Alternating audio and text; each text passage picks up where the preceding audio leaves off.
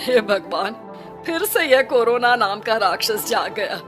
इस बार तो ड्रैगन के मुंह से मौत बरस रही है। सही बोल रही है माँ जी। मुझे तो अब शर्म ही आती है कि मैं चाइना से हूँ। न जाने क्या क्या खाती हैं, कैसी कैसी बीमारी फैलाती हैं। अरे बहू, लेकिन वहीं से तो तू भी आई है ना मेरी लाडो। तू तो अंडा भी नहीं खाती।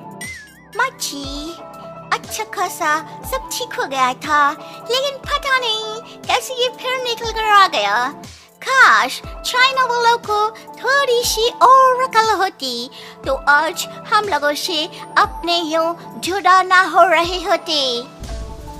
कोरोना की नई लहर से देश में हो रही मौतों और घर में बंद रहने के कारण हमारी चाइनीज बहू बहुत दुखी होती है। उसे लगता है कि भारत में जो कुछ भी हो रहा है वो उसी के कारण हो रहा है। अब हमारी चाइनीज बहू परेशान सी रहने लगी। अरे क्या बात है मेरी चाइनीज गुड़िया, आज तू एक्सरसाइज नहीं करेगी? अरे ना तो तूने जूस पिया है। क्या हो गया लाडो? कुछ नहीं मम्मी जी, बस अच्छा नहीं लग रहा। लोग मर रहे हैं और मैं जूस पीऊं? माँ जी, चाइना से आई ये महामारी और मैं भी तो चाइना से ही आई ना। अरे बेटा, ऐसा ना सोच। सास पूरी कोशिश करती कि वो चाइनीज बहू को समझाए कि इस बीमारी के लिए वो खुद को दोषी ना समझे, लेकिन माँ जी, मैं आज खाना नहीं खाऊंगी। अब सबका खाना बना दिया है। मैं कमरे में जा रही हूँ, प्लीज डिस्टर्ब मत करना। सास ने अपनी हंसती खेलती बहू का ये रूप तो कभी देखा नहीं था, लेकिन करती भी तो क्या। अगले दिन सुबह सुबह अरे ये पूरे घर से स्वादिष्ट खाने की महक आ रही है। ये कौन है जो चाय बनने के वक्त लंच बनाकर तैयार कर रहा है? वो किचन में आती है जहाँ चाइनीज बहू ने शुद्ध वैष्णव खाना तैयार कर रखा था। अरे बहू, सोई नहीं क्या जो इस वक्त इतने प्रकार का खाना बना लिया? हाँ माँ जी, क्या करे, जब दिल में बोझ हो तो नींद नहीं आती। तभी तो मैंने सोचा मैं गरीब और जरूरतमंद लोगों को खाना पहुँचा दूंगी। वो ढेर सारा खाना रोज बनाती और गरीब और बेसहारा लोगों में बांटती। क्या कर रही है बहू? कितने दिनों से देख रही हूँ तू अच्छे से सोती भी नहीं है। क्यों कर रही है लाडो? क्या करूं माँ जी, मेरे देश के लोग जीवन की लड़ाई लड़ रहे हैं और मैं सो जाऊं, मुझसे नहीं होता।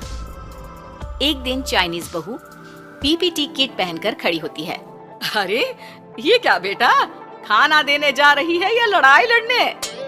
माँ जी, मैं कुछ दिनों के लिए घर नहीं आऊंगी। मैंने सोचा है कि मैं घर से बाहर रहकर कोरोना के मरीजों की देखभाल करूंगी। ओ प्लीज प्लीज आप मुझे रोकना नहीं। नहीं नहीं बहू, ये तो तूने बहुत ही नेक काम सोचा है। बस बेटा तू अपना ख्याल रखना। बहू वहाँ से चली जाती है, लेकिन सास की रोज फोन पर बहू से बात होती। घर पर क्या है माँ, क्यों भेज दिया तूने उसे? बाहर कितना खतरा है, उसे कुछ हो गया तो? अरे बिल्कुल चिंता न कर, उसने सारे नियम कायदे को फॉलो किया है। अरे वो बिल्कुल ठीक रहेगी। और अगर मैं उसे मना कर देती ना तो उसकी अंतरात्मा उसे सोने नहीं देती। तू तो सारा दिन घर से ऑफिस का काम करता, लेकिन मैंने देखा है उसे कितना परेशान रहती थी कुछ दिनों से। हाँ वो भी है। उधर चाइनीज बहू लोगों का खूब ख्याल रखती, उन लोगों तक खाना पहुंचाती, उनके बच्चों की देखभाल करती। एक दिन बहू अपनी सोशल साइट देख रही थी तो उसे दिखता है कि एक आदमी ने बच्चों की देखभाल के लिए पोस्ट डाली है। बहू उसे फोन करती है। मैं आपकी कोई मदद कर सकती हूँ, प्लीज बताओ। दूसरी तरफ से आवाज आती है। मैं और मेरी बीवी दोनों ही कोरोना से पीड़ित हैं। हम लोगों के बच्चों को देखने के लिए कोई नहीं है, प्लीज हमारी मदद करो। हाँ हाँ बिल्कुल, आप परेशान ना हो, मैं आ रही हूँ। मुझे आपका एड्रेस बताओ। वो आदमी बहू को पता लिखवाता है। वहाँ वो पहुँच जाती है।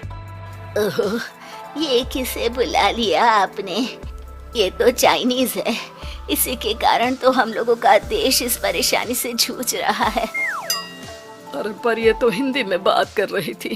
तभी बीवी की ऑक्सीजन लेवल गिरने लगती है। ये क्या हो रहा है? आप आप टेंशन क्यों ले रहे हैं? जल्दी से इन्हें अस्पताल लेकर जाइए। रुकिए, मैं आपको एक अस्पताल में बेड भी दिला देती हूँ। वो मेरे अंकल का अस्पताल है। चाइनीज बहू फोन पर बात करके उन लोगों को बेड दिलाती है, जहां पति की भी तबीयत खराब हो जाती है और दोनों को बेड दिलाकर बहू घर में बच्चों की पूरी देखभाल करती है। सास का बहू पर फोन आता है। अरे मेरी चाइनीज गुड़िया, कैसी है रे तू? अरे माँ, पीछे की गली में ही हूँ मैं। वो खालिया लोग है ना, उन दोनों हस्बैंड वाइफ को कोरोना हो गया था। मैंने उन लोगों को श्रीवास्तव अंकल के अस्पताल में भर्ती करवा दिया है और अब मैं मार्ची उन दोनों बच्चों का ख्याल रख रही हूँ। अरे जीती रहे बेटा, कोई जरूरत हो तो बता देना। नहीं माँ जी, सब कंट्रोल में है। बस इन बच्चों के माँ बाप ठीक होकर घर आ जाए। अच्छा माँ, इन लोगों के घर का फोन बज रहा है, मैं आपको थोड़ी देर बाद कॉल करती हूँ। लैंडलाइन में घर के मालिक का फोन था। हम लोगों की जिंदगी का कोई भरोसा नहीं है। यहाँ इलाज महंगा है और हम लोगों के पास पैसे नहीं है। जितना इलाज हो सकेगा उतना ही होगा। हमारे बाद प्लीज आप हमारे बच्चों को संभाल लेना। नहीं, ऐसे मत बोलिए, मैं अस्पताल वालों से बात करती हूँ। बहू अपनी बैंक से अस्पताल वालों को पैसे दे देती है और फोन पर कहती है, हनी, आप लोगों के अकाउंट में पैसे डाल दिए हैं। इन दोनों का अच्छे से इलाज होना चाहिए।